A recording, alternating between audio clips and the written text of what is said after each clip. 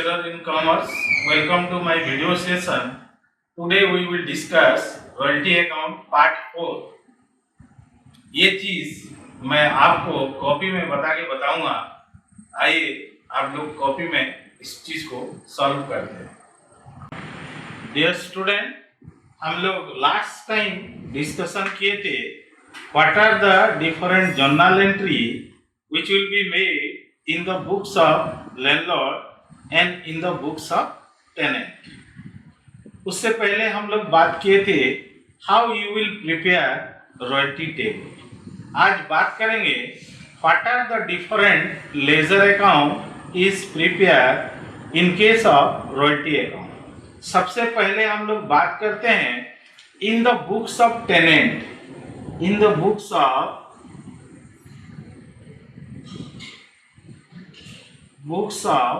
tenant. In the books of tenant. Tenant कौन कौन सा लेजर अकाउंट बनाता है? आप लोग को मालूम है royalty is nominal account in nature, so this must be close by transferring to the profit and loss account. हर साल रॉयल्टी अकाउंट हम लोग प्रॉफिट एंड लॉस अकाउंट में ट्रांसफर करके क्लोज करेंगे और रॉयल्टी अकाउंट हर साल क्लोज हो जाता है. अगर रॉयल्टी पेबल होगा at the end, royalty due होगा तो ये लाइबिलिटी हो जाता है. Otherwise each and every year royalty becomes due and it is paid. Means there is no questions of outstanding और due. But sometime if you find any outstanding balance or due to some amount due to landlord, then that becomes treated as liability for the tenant because in near future payment must be made. Another point, he will prepare landlord account, tenant will prepare landlord account, and out of the journal all the ledger account must be prepared. सबसे पहले हम journal करते हैं, journal से ही laser बनता है. Laser में कोई एक्स्ट्रा चीज होता नहीं है. आप जर्नल पहले कर दो, उसके बाद लेजर बनाओ. कभी कभी क्वेश्चंस बोलता है प्रिपेयर डिफरेंट लेजर अकाउंट और प्रिपेयर डिफरेंट अकाउंट. जर्नल का कोई जरूरत नहीं है, तो उस केस में आप डायरेक्ट लेजर अकाउंट बनाएंगे. लेकिन जब भी डायरेक्ट लेजर अकाउंट बनाते हैं वो बिना जर्नल का तो आपका लेजर अकाउंट होता नहीं है. तो मन ही मन में आप जर्नल करिए और उसको पोस्टिंग करिए लेजर अकाउंट. सो टेनेंट कौन कौन सा अकाउंट बनाता है? सबसे पहले तो आपका रॉयल्टी अकाउंट बनाएगा. रॉयल्टी अकाउंट सबसे पहले बनाएगा. रॉयल्टी अकाउंट बनाने के बाद लैंडलॉर्ड अकाउंट बनाएगा.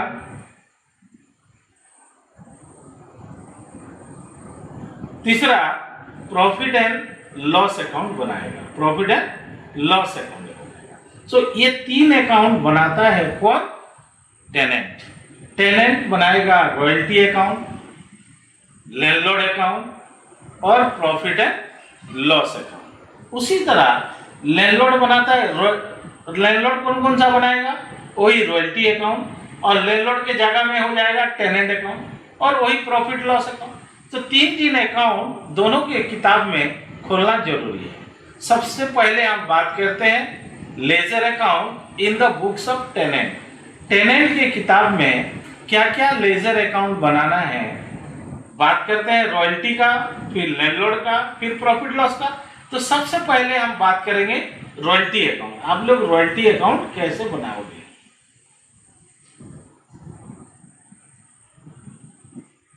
Royalty account nominal account in nature, आप लोग को मालूम है.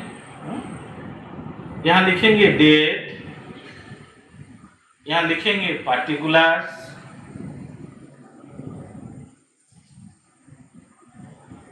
Date, particulars,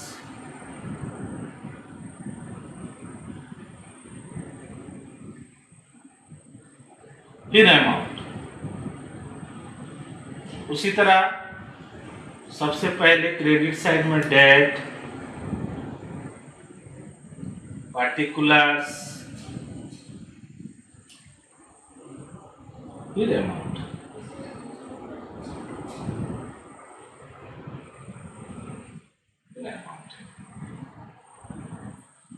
the credit side. Ledger जैसे है, यही लेजर है, date particulars amount in the debit side, date particulars amount in the credit side. सबसे पहले हम बना रहे हैं रॉयल्टी अकाउंट। तो जर्नल से ही मैं पोस्टिंग करूंगा, आप लोग ध्यान दीजिए। सबसे पहले royalty becomes due, royalty becomes due, ये कौन सा डेट में आप ये ड्यू होगा, कौन बता पाएगा? At the end of the year. मान लीजिए our accounting year start from 1 January end end with 31 December. इसका मतलब 31 दिसंबर में आपका ट्रांजैक्शन होगा। रॉयल्टी बिकम्स ड्यू, जब ड्यू होता है रॉयल्टी अकाउंट डेबिटेड तो क्या होता है? To landlord. सो यहां लिखेंगे royalty account debited to landlord, royalty account debited to landlord. इसका अमाउंट हम इधर दिखाएंगे। क्लियर? ये पहला entry, royalty account debited to landlord due. फिर पेमेंट होता है नेक्स्ट एंट्री। पेमेंट में क्या होता है? Landlord account debited to bank और कैश। ये तो रॉयल्टी के साथ रिलेशन नहीं है, रिलेटेड नहीं है, तो ये चीज आएगा नहीं। लास्टली हम लोग रॉयल्टी को प्रॉफिट लॉस में डालते हैं। वही 31 दिसंबर में हम प्रॉफिट लॉस में डालेंगे by profit and loss. Journal entry क्या होता है? Profit and loss account debited to royalty. So royalty account में क्या होगा? By profit and loss. ये देखना, ये जब प्रॉफिट लॉस में चला गया, debit is equal to credit. हम लोग रॉयल्टी को प्रॉफिट लॉस में डाल करके क्लोज कर दिए।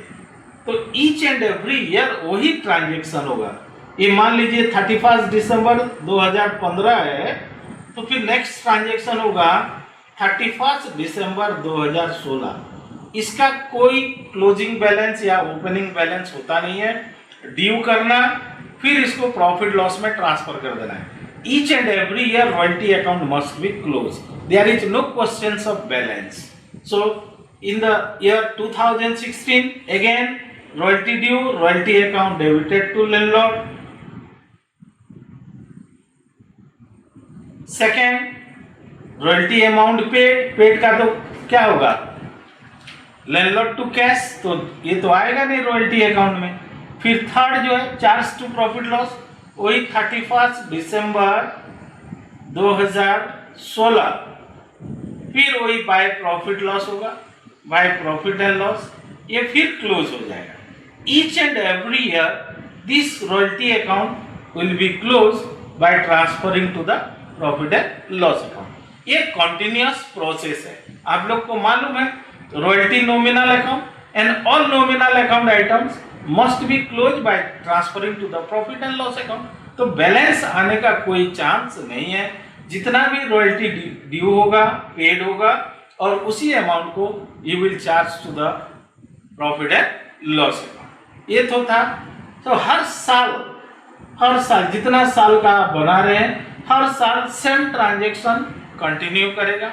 इसका कोई बैलेंस होता नहीं है।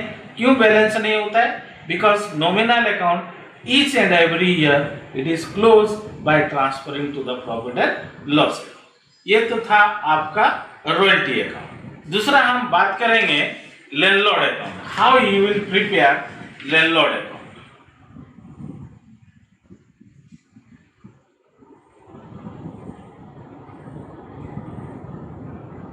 लैंडलॉर्ड जो है आपको मालूम है ये personal account in nature, debit the receiver and credit the giver. वही date particulars amount, left hand side is your debit side, date particulars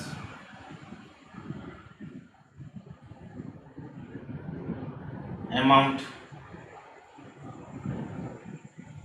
यहां भी रहेगा डेट पार्टिकुलर्स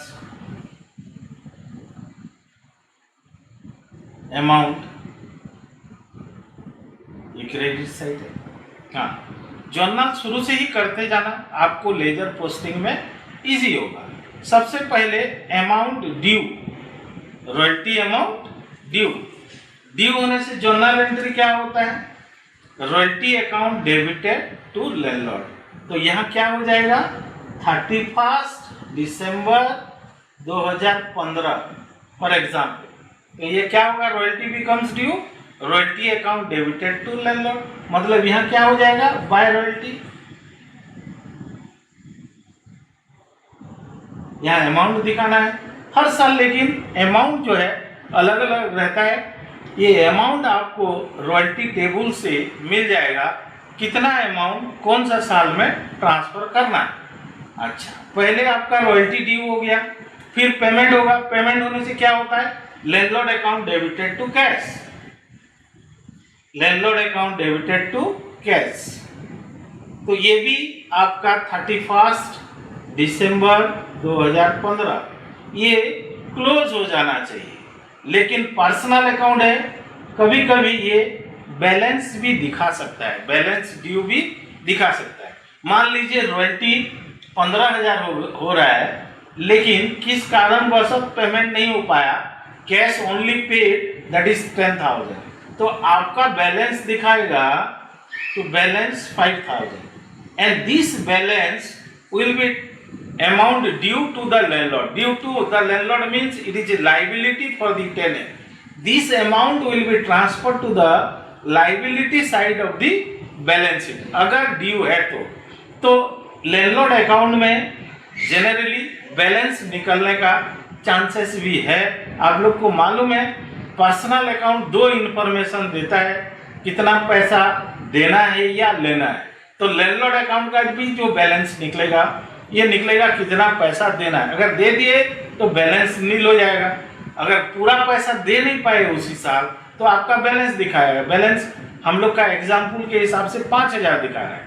अगर 5,000 दिखा रहा है तो ये लाइबिलिटी है, this will be transfer to the liability side of the balance sheet, otherwise this will close each and every year. Again this balance will be brought down in the next year by balance brought down 5,000, by balance brought down आपका 5,000 हुआ। फिर due होगा royalty, by royalty for example 10,000 इधर हो गया, तो total due हो गया आपका 15,000। यहाँ अगर टोटल पेमेंट हो जाता है 31 दिसंबर 2016 टोटल पेमेंट हो जाता है तो क्या होगा, टू कैश हो जाएगा टोटल पेमेंट 15,000 ना, नहीं। Again this will be close, so like that each and every year this landlord account is also close, but some time you will find balance. If some balance is there, it means that the amount is due to the landlord and that will be transferred to the liability side of the balance sheet. Clear my point? The next third step, third ledger, that is your profit and loss account.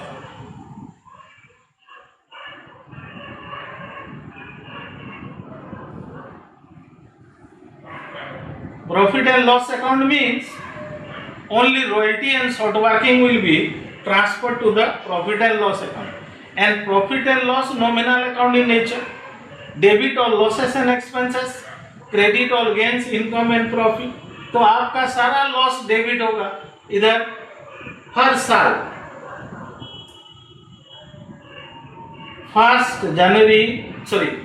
31 December 2015 जब आप royalty due होगा क्या होता है, royalty account debited to landlord account debited to cash, फिर profit and loss account debited to royalty. तो यहां लिखना है टू रॉयल्टी जितना भी होगा। इसका क्रेडिट बैलेंस होता नहीं है, नॉमिनल अकाउंट लॉस है, क्योंकि टेनेंट के लिए रॉयल्टी हर टाइम एक्सपेंसेस है, ये कभी भी इनकम में कन्वर्ट नहीं हो पाएगा। Royalty is always payable by the landlord, तो सारा ट्रीटमेंट जो है डेबिट साइड में होगा। फिर 31 दिसंबर 2016 फिर टू रॉयल्टी या फिर दिखाना है। अगर शॉर्ट वर्किंग होगा तो 31 December 2017 to royalty to short working. Short working का मतलब ये है जो शॉर्ट वर्किंग रिक्यूब नहीं हो पाता है, आप लोग को मैं पहले भी बोला हूं, that will be transfer to the profit and loss account. तो यहाँ दो ही चीज डेबिट साइड में आता है, रॉयल्टी एंड शॉर्ट वर्किंग। लेकिन शॉर्ट वर्किंग तब आता है जब शॉर्ट वर्किंग रिक्यूब नहीं हो पाता है, तो हम लोग क्या करते हैं, that amount will be transfer to the profit and loss account and each and every year this will be prepared. Clear my student? So these are the three accounts which will be prepared in the books of tenant. उसी तरह आप लोग journal entry करेंगे इन the books of landlord. अब देखते हैं landlord की किताब में क्या क्या लेजर अकाउंट होता है। वही जर्नल से ही आप लोग का सारा लेजर बनता है जर्नल। लेकिन कभी कभी क्वेश्चन में बोलता है जर्नलाइज द ट्रांजैक्शन, तो उस केस में आपको जर्नल भी करना पड़ेगा। अगर लेजर अकाउंट बोलता है फिर लेजर अकाउंट करना पड़ेगा। कभी कभी क्वेश्चन बोलता है प्रिपेयर वेरियस अकाउंट्स, तो उसमें जर्नल करने का जरूरत नहीं है, आप लोग डायरेक्ट लेजर बनाएंगे। लेकिन जब डायरेक्ट लेजर बनाएंगे मन ही मन में जर्नल बना के उसको ट्रांसफर करना है। तो हम देखते हैं books of accounts in the book of landlord. In the books of landlord,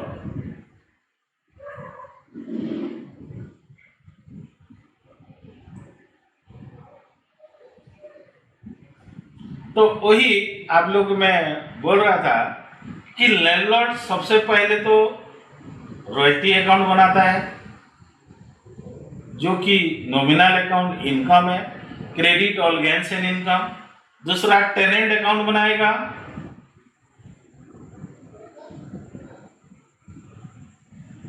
tenant जो है पर्सनल अकाउंट है और आप लोग को मालूम है पर्सनल अकाउंट से पता चलता है कितना अमाउंट उसको देना है या उससे लेना है। थर्ड जो है आप लोग वही प्रॉफिट लॉस बनाएंगे। सो ये तीन लेजर अकाउंट लैंडलॉर्ड के किताब में भी बनता है, लेकिन फर्क इतना है रॉयल्टी टेनेंट के लिए एक्सपेंसेस है और लैंडलॉर्ड के लिए इनकम है। टेनेंट लैंडलॉर्ड अकाउंट बनाता है लेकिन लैंडलॉर्ड जो है टेनेंट अकाउंट बनाता है, उसके बाद प्रॉफिट लॉस अकाउंट बनाता है। ये तीन अकाउंट यहाँ भी बनता है। अब देखिए मैं बना के आपको बताता हूँ। ये रॉयल्टी अकाउंट हर साल क्लोज होता है, आपको अभी अभी मैं बता रहा हूँ कि nominal account always close during one accounting period, that is at the end of the accounting period by transferring to the profit and loss account. ये रॉयल्टी अकाउंट है। यहाँ रहेगा डेट, देन पार्टिकुलर्स,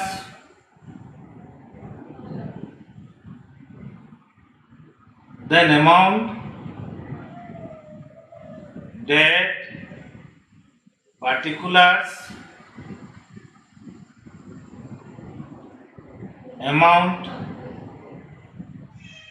ये debit side, left hand side is your debit side, right hand side is your credit side. First royalty becomes due, ये royalty income है। ये royalty किससे receive करना है, टेनेंट से। तो क्या होगा, tenant account debited to royalty. So royalty में क्या होगा, 31 दिसंबर 2015 बाय टेनेंट,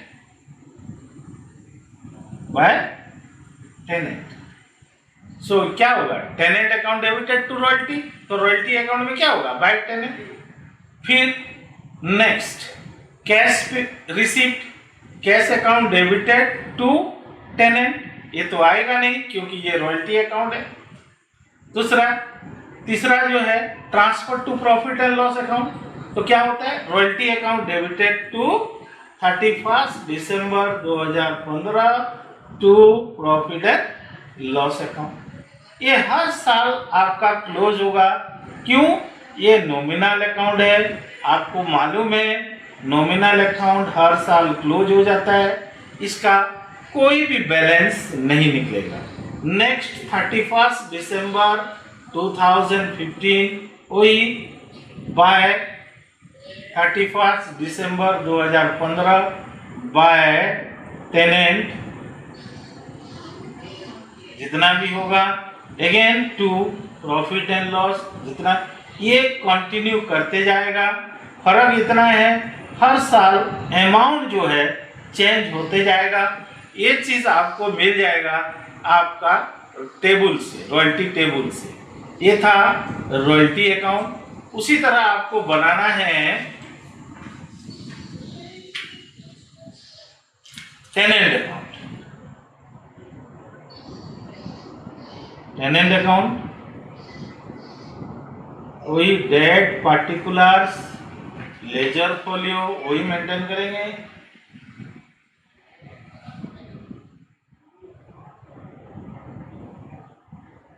डेट ये left hand side debit side, then particulars, then amount, date particulars, amount, ये क्रेडिट है। अब हम टेनेंट अकाउंट बनाए, शुरू से ही जोड़ना कीजिए। 31 दिसंबर 2015 रॉयल्टी बिकम्स ड्यू, तो tenant account debited to royalty इधर दिखाएंगे अमाउंट, इधर फिर 31 दिसंबर 2015। अब देखिए पहले ड्यू हो गया, tenant account debited to royalty, फिर पेड होगा, सॉरी रिसीव होगा। रिसीव होने से क्या होगा, cash account debited to tenant by cash होगा, बाय कैश यहाँ दिखाएंगे। यहाँ भी वही चीज है। अगर मान लीजिए सपोज एग्जांपल एक्चुअल रॉयल्टी हो रहा है 15,000 लेकिन पेमेंट हुआ है 10,000, तो यहाँ भी बैलेंस दिखाएगा बाय बैलेंस कितना 5,000, बाय बैलेंस कैरी डाउन यहाँ दिखाएगा 5,000, है कि नहीं। अच्छा, अगर टेनेंट अकाउंट 5,000 दिखा रहा है तो इसका मतलब है amount due from tenant, tenant से 5,000 मिलने वाला है। अगर टेनेंट से 5,000 मिलने वाला है तो ये एसेट है। एसेट है तो the balance amount will be transfer to the asset side of the balance sheet, asset side of the balance sheet. अगर पूरा पैसा दे दिया है तो जीरो हो जाएगा, there is no question of balance. लेकिन कभी कभी ये बैलेंस दिखाता है, बैलेंस दिखाएगा तो ये एसेट हो जाएगा, क्योंकि लैंडलॉर्ड को टेनेंट से 5,000 रुपया और मिलने वाला है जो कि मिला नहीं है। तो ऑन 31 दिसंबर 2016 फिर टू बैलेंस ब्रॉट डाउन करेंगे। बैलेंस ब्रॉट डाउन कितना 5,000, फिर टू रॉयल्टी मान लीजिए 20,000 है। अगर पूरा कैश दे देता है तो यहाँ दिखाएंगे बाय कैश पूरा 25,000 ना, नहीं बैलेंस जीरो बन जाएगा। लेकिन अगर फिर भी कम पैसा दे रहा है देन अगेन जो बैलेंस निकलेगा वो एसेट है।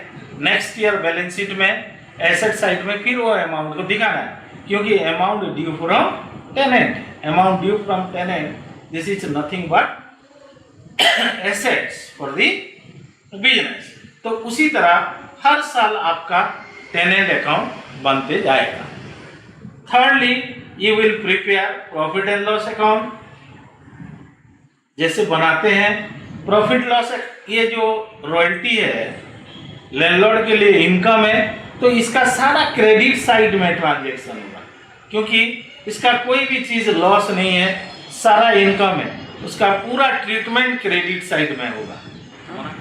तो जब प्रॉफिट लॉस अकाउंट हम लोग बनाएंगे, पहले रॉयल्टी बिकम्स ड्यू, तो क्या होता है tenant account debited to royalty, फिर रिसीव होता है cash account debited to tenant, फिर royalty amount will be transfer to profit loss, royalty to profit loss, तो बाय रॉयल्टी